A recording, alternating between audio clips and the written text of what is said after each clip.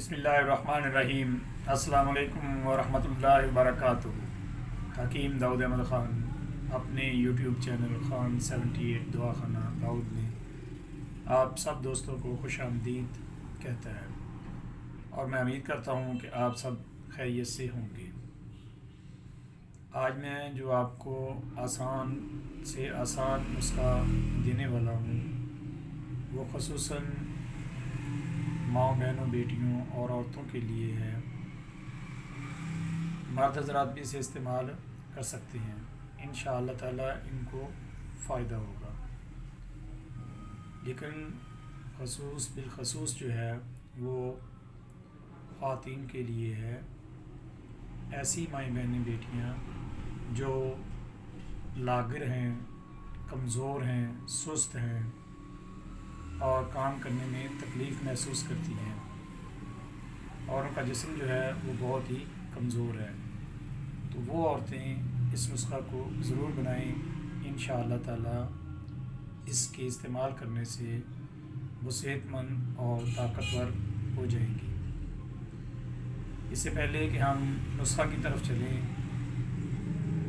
آپ سب دوستوں سے گزارش ہے کہ جو میرے چینل پر نئے ہیں وہ اسے سبسکرائب کریں، لائک کریں اور اپنے دوستوں کے ساتھ شیئر کریں، اور جنہوں نے پہلے سبسکرائب کیا ہوا ہے وہ ویڈیو کو دیکھا کریں اور کمنٹ میں بتایا کریں کہ ویڈیو کیسی لگتی ہیں، اور اسے لائک کریں اور اپنے دوستوں کے ساتھ شیئر کریں۔ میں آپ سب کا شکر گزار ہوں گا۔ اب چلتے ہیں نسخہ کی طرف بغیر وقت ضائع کیے۔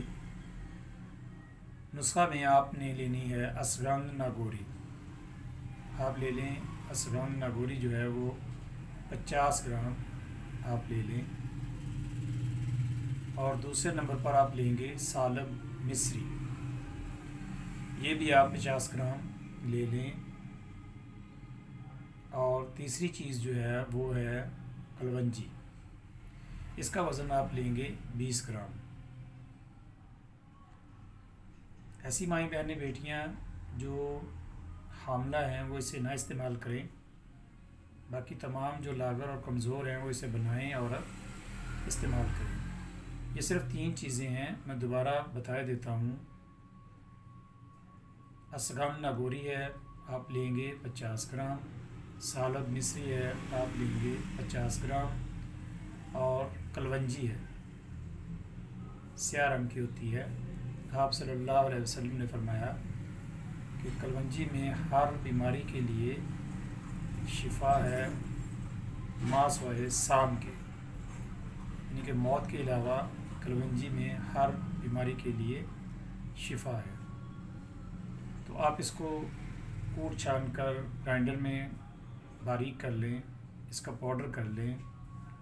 جب اس کا پاؤڈر تیار ہو جائے تو رات کے وقت دودھ میں سے پکا لیں، چائے والا 1 چمچ جو ہے وہ آپ اس کا سفوف کا ڈال کر اسے دودھ میں آگ کے اوپر رکھ کر آپ اسے پکا لیں۔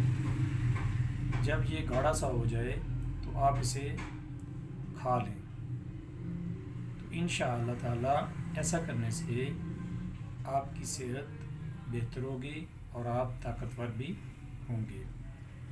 مزید ایسی اچھی ویڈیوز دیکھنے کے لیے آپ میرا ساتھ دیجیے، اور الحمدللہ ہم مسلمان ہیں، ہمیں چاہیے کہ ہم خود بھی نماز کو قائم کریں اور اپنے بچوں کو نماز کی تلقین فرمائیں کہ وہ بھی نماز کو قائم کریں۔